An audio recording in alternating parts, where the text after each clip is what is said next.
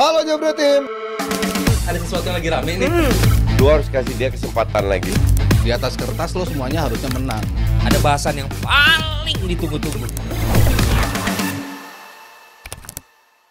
Oke, kita lanjut Nes ke La Liga. Oke, kita lanjut ke La Liga. Hansi Flick bikin Louis balik lagi ke forma di Bayern. Wah, ini hanya butuh pelatih yang mengerti sebenarnya kan.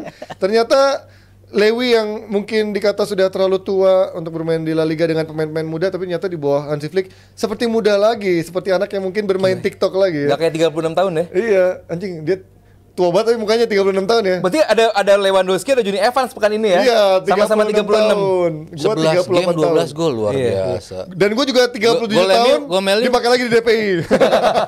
Gol MU musim ini berapa? Amas. 5. Iya, 5 doang, nggak nambah-nambah, udah pekan ke-7. Sementara Barca udah berapa gol?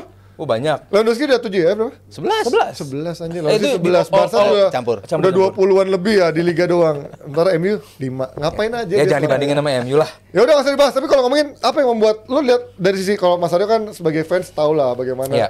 kelihatan banget. Kalau apa yang lihat dari berbeda dari Lewy musim lalu dan juga Lewy dipegang Hansi Flick? Ya kalau zamannya Xavi kan ini tim hancur banget. Kenapa hancur? Karena pemain dan pelatih ini nggak ketemu sinkronnya. Apa yang dipengenin pelatih, apa yang dipengen pemain ini nggak ketemu. Ya. Begitu masuk seorang Hansi Flick, dia benar-benar menyelaraskan apa yang dipengenin pemain sama pelatih. Banyak pemain yang absen gara-gara cedera, itu nggak jadi alasan. Saat lu punya sebuah sistem yang jelas, lu bisa mengeluarkan potensi pemain, lu ngasih pemain-pemain yang tadinya dianggap nggak kepake lagi, sebuah peran yang luar biasa penting dalam diri seorang Rafinha, jadi penting banget. Eric Garcia bisa berfungsi anjir, Eric Garcia. Yes. Ya kan? Jadi buat gua Hansi Flick ini ya seperti Arne Slot juga di tim yang baru, tapi nggak seperti pelatih yang baru masuk tim. Iya, nggak Jadi kagok gitu ya. Nggak kagok gitu. Bayangin semalam bek kanannya Ford baru denger gue itu pemain. Terus juga ada Casado semalam, bagus juga. Gimana dia seorang midfield muda tapi bisa track back ke belakang di antara dua pairing back lini belakangnya. Jadi buat gua terus juga trio di depannya ini juga bagus. Jadi ya benar-benar lah Hansi Flick ini membuat sebuah sistem yang bagus di Barcelona. Jadi nggak aneh lah kalau sampai akhir musim pun dia bisa mungkin kalau Lewandowski tetap konsisten dengan apa yang dilakukan sekarang 33 gol atau bahkan sampai 40 gol. Gue nggak kaget kalau Barcelona juara di akhir musim La Liga. Wow. Luar biasa. Statement yang bold sekali ya. Tapi kalau banyak yang bilang mungkin tahun lalu dia kurang dapat supply gitu. Yang membedakan dengan sekarang apa? Karena kan orang-orangnya mostly hampir sama kecuali itu supply dari pemain-pemain La Masia yang kita juga anjir lumayan jago-jago juga ternyata La Masia. Apakah mereka udah sebagus itu untuk bisa menyuplai seorang Lewandowski? Iya, tapi yang memang dibutuhkan Lewandowski adalah suplai bola. Musim pertama ngebuktiin dengan materi yang nggak sukses di musim kedua, tapi di musim pertamanya bisa ngefit Lewandowski dengan cukup banyak umpan yang berbuah gol. Lewandowski tipe one shot one goal, tipe poacher depan gawang, lo fit dia dan beres urusan gitu. Sementara di musim keduanya sampai dia akhirnya hampir dilepas oleh Barcelona karena dianggap sudah nggak bisa kontribusi, terlalu tua dan masih ada worth duitnya untuk dijual. Untungnya Flick kan pernah megang dia. Flick tahu lu kasih dia bola-bola seperti ini dan ini dipraktekkan oleh pemain-pemain ini. Dan untungnya balik lagi ketika gue bilang apa yang membuat Flick bisa bagus ya karena awal musim dia udah nancapkan kakinya. Ya nggak mau lari sama gue, lu nggak usah main. Gue main pemain-pemain La Masia. Bener dia buktiin pemain La Masia semua kan yang dimainin yang kita nggak tahu ini siapa sih. Tapi ternyata semuanya bisa. Ya mau nggak mau pemain-pemain yang lain yang senior akhirnya kan harus keep up sama mereka kan. Betul. Harus bisa ngimbangin apa yang dimau. Ngasih Lewandowski bola seperti apa begini ya udah.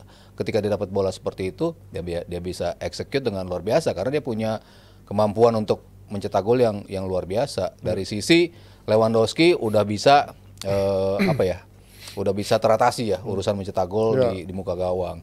Pemain-pemain lain ternyata bisa kontribusi juga. Rafinha, free roll ternyata makin bagus. Kita nggak pernah lihat Rafinha setenang ini, seganas ini gitu. Selama ini kan dan efektif yang paling penting. Ditaruh di kanan bingung, taruh kiri bingung. Sering bertabrakan dengan pemain-pemain yang ada di nomor 10. Tapi ternyata dia ditaruh di posisi itu akhirnya ngeluarin kemampuan terbaik dia untuk bisa distribut bola ataupun bisa mencetak gol. Lamine Yamal ya tetaplah pemain paling penting Barcelona. Dan dia 17 tahun, Mas. Dan baru 17 aneh banget kita ngomongin, kita bilang dan ujian sebagus itu tapi 17 tahun. Iya, Kan dan aneh. mainnya mungkin nggak terlalu rigid kayak ketika di era Xavi gitu ya.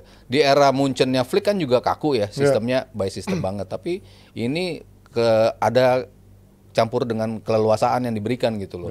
Dia nggak lagi nyisir ke sisi kanan terus ataupun nyisir ke sisi kiri pemain-pemainnya, tapi dia bisa flowing aja dari tengah udah bisa langsung umpan, ternyata umpannya tepat sasaran dan menjadi gol. Jadi ya the whole system yang terpenting adalah manajemennya itu. Dan itu yang bisa dihadirkan oleh Flick. Ya, tambahan mungkin justru di luar lapangan Ji, gimana si Hansi Flick ini sukses bikin yang gue baca environment yang bagus banget di luar lapangan gitu, di training ground, di ruang makan, pemain senior, pemain muda tuh blend banget. Jadi buat gue pelatih ini juga salah satu yang bagus adalah bukan cuma soal taktik, tapi gimana lu membentuk sebuah environment pemain senior nyaman banget. Kita lihatlah waktu di Xavi lah, pemain-pemain yang senior di alien di sampingkan gitu kan. Tapi gimana sekarang Hansi Flick pemain senior, pemain muda disatukan karena pemain senior punya pengalaman segudang, kasih pengalaman juga buat pemain muda. Jadi buat gua environment itu benar-benar yang diberikan buat Hansi Flick ke Barcelona. Dan tetap tegas ya, jadi nggak lunak juga walaupun dia pelatih baru, tapi nggak kompromi karena Konde aja kan kemarin kena hukuman karena akhirnya dia nggak main karena katanya telat waktu meeting atau sesi latihan, jadinya memang hukuman buat dia kemarin nggak main sebagai pemain starter ya. Oke, kita dari La Liga nih kita pindah akhirnya. Kita pindah ke timnas Ji karena beberapa hari lagi kita akan menjalani laga lawan Bahrain Kamis ya. Iya, Kamis benar tanggal 10 ya. Dan pastinya akan ada live reaction juga untuk Jebret Media jam berapa mulainya? Jam 11 ya, berarti jam 10 lah kita mulai kan. Dan ini kita ngomongin Tom Haye ini lagi rame ya menuju pertandingan lawan Bahrain ini. Dia kemarin diwawancara abis pertandingan lawan sama timnya sama kalah padahal. Iya, mukanya kalah padahal. Kadal yang bisa. Keren juga itu. Singkatan bagus itu. Mukanya tegang waktu ditanya kayak kelihatan kusut. Begitu ditanya lo akan around the world membela timnas dan lain-lain, langsung sumringah. Berarti memang kelihatan dia enjoy ya membela timnas kita, bermain untuk Indonesia dan juga dengan chance bermain di Piala Dunia ini kayak dia benar-benar sangat enjoy ya Mas Aryo. Bagaimana nggak enjoy dengan status bintang yang didapatkan dari sebelumnya orang nggak mengenal dia mostly, tapi ternyata di Indonesia ya itulah hebatnya Indonesia ya. Gila, Indonesia keren sih untuk publisitas, keren ya. Ditulis sama Washington Post apa New York Times lah. Itu salah satu media bilang Indonesia turning nobodies to world superstars. Jadi ya jujurnya ketika mereka di Belanda kan yang tahu mungkin hanya orang-orang di Belanda yang tahu pemain ini gitu. Tapi setelah berseragam timnas Indonesia, satu dunia jadi tahu mereka gitu kan. Satu Indonesia expose-nya begitu besar dan itu layak mereka dapatkan dengan kontribusi apa yang telah mereka berikan selama ini buat timnas gitu. Dan mereka walaupun mungkin sisi pribadinya nggak bisa tenang gitu ya, maksudnya banyak banget fansnya yang terus mendatangi mereka, segala macam privasi mereka tidak seperti dulu lagi. Tapi itu kan risk ketika lo menjadi seorang superstar, risk for being fame. Itu yang apa yang dirasakan oleh pemain-pemain timnas kita sekarang gitu. Jadi wajar ketika mereka tersenyum ketika ditanyakan tentang Indonesia, mostly positif memang yang mereka rasakan selama berseragam Indonesia. Dan ternyata environment lagi, balik lagi, sosok pelatih bisa membuat tim ini menyatu banget, ngeblend gitu banget ya. Yang orang bilang ini tim ada kubu-kubu, kagak ada. Begitu lolos di Piala Asia, gila itu nggak bisa dibohongin. Bonding antara mereka yang saling nyatu itu lo nggak bisa bohongin itu dalam sebuah kamera candid ya. Dan ternyata terbukti tim ini begitu solid ya, luar dalam, pemain lama, pemain baru, pemain super baru yang baru datang langsung bisa nyatu seperti itu ya. Wajar kalau mereka tersenyum ketika mendengar Indonesia. Tom Haye kita lihat di 2 pertandingan sebelumnya kelihatan banget memang ngos-ngosan ya. Bahkan di pertandingan terakhir bahkan dia harus bermain di babak kedua tengah-tengah menuju akhir.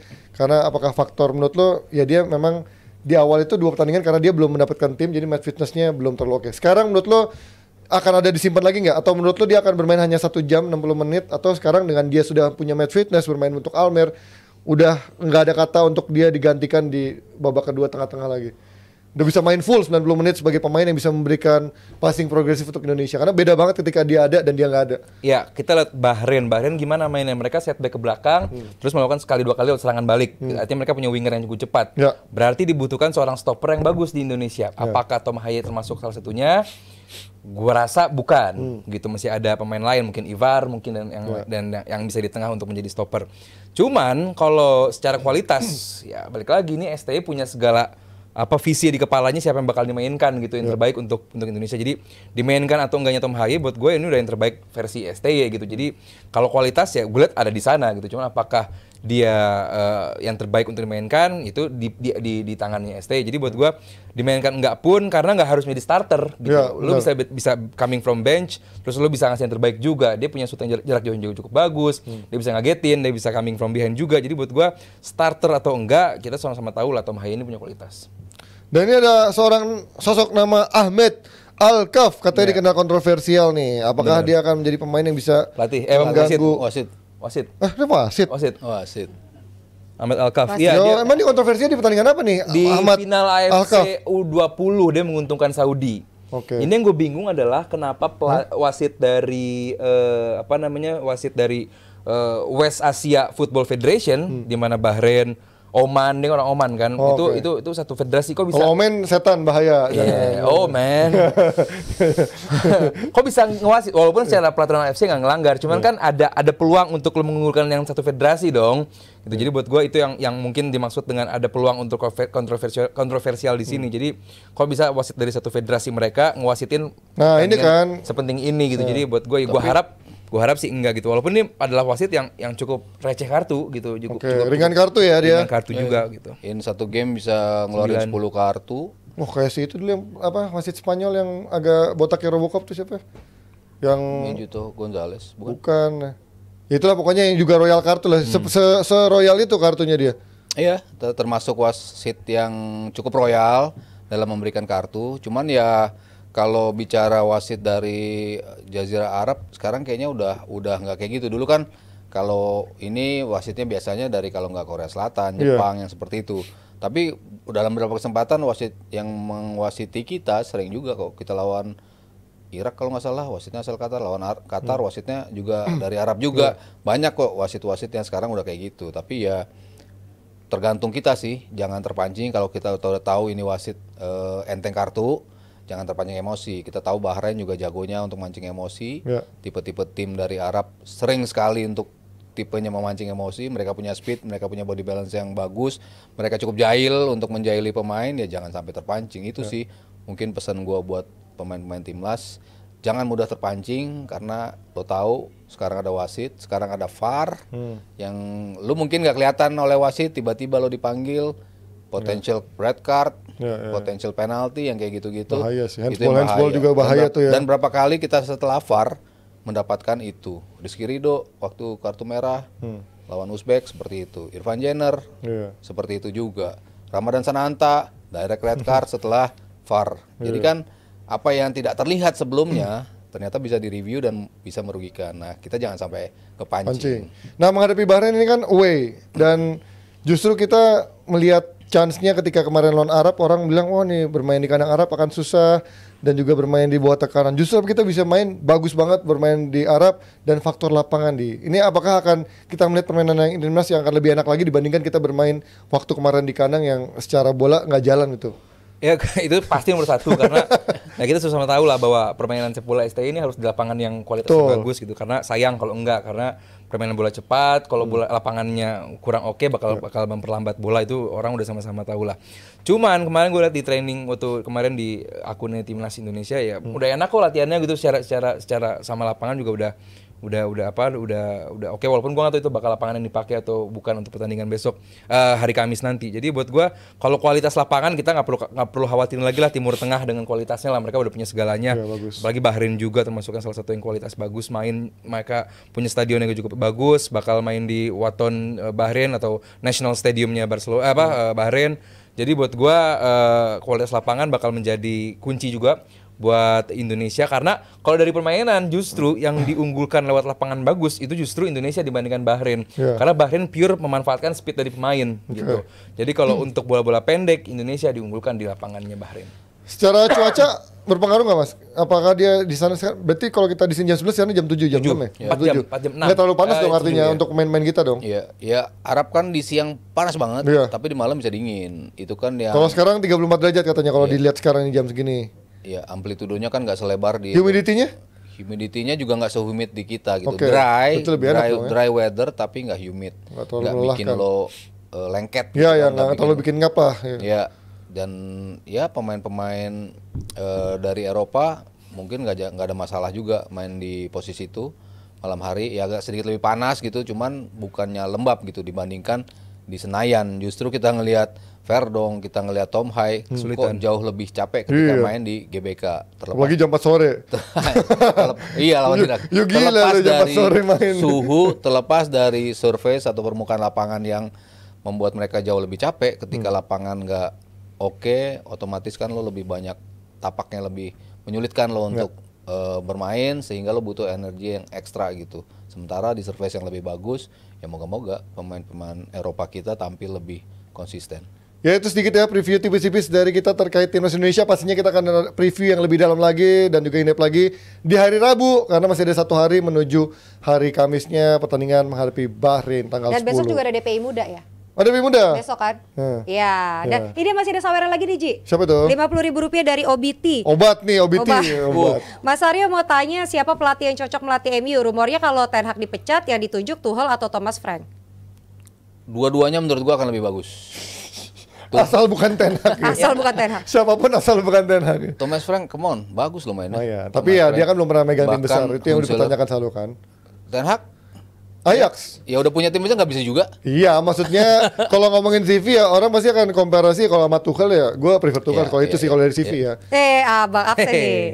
Kita akan tutup sekarang juga. Belum. Jahat lo, parah. Orang rumah gua ke studio. Kamu mau dari mana? Bukan habis dari mana? Emang mau kemana? Oh mau kemana? Nesa tahu banget. Ada lagi dari Abdul Rp50.000. Mas Aryo makin ganteng banget, lop banget. Waduh, ngeri kayak Rizal. Dul. Lo jadi namanya bukan Abdul. Kalau ini. Oke, terima kasih banyak Jebret TV yang udah ngeramein hari ini. Terima kasih semua yang udah nyawer. Kita ketemu lagi hari Rabu. Terima kasih banyak juga untuk Awi dan PT Mitsindo Visual Pratama. Dadah. Terima kasih Jebret TV yang membuat saya semakin kaya, beli jersey terus. Dadah.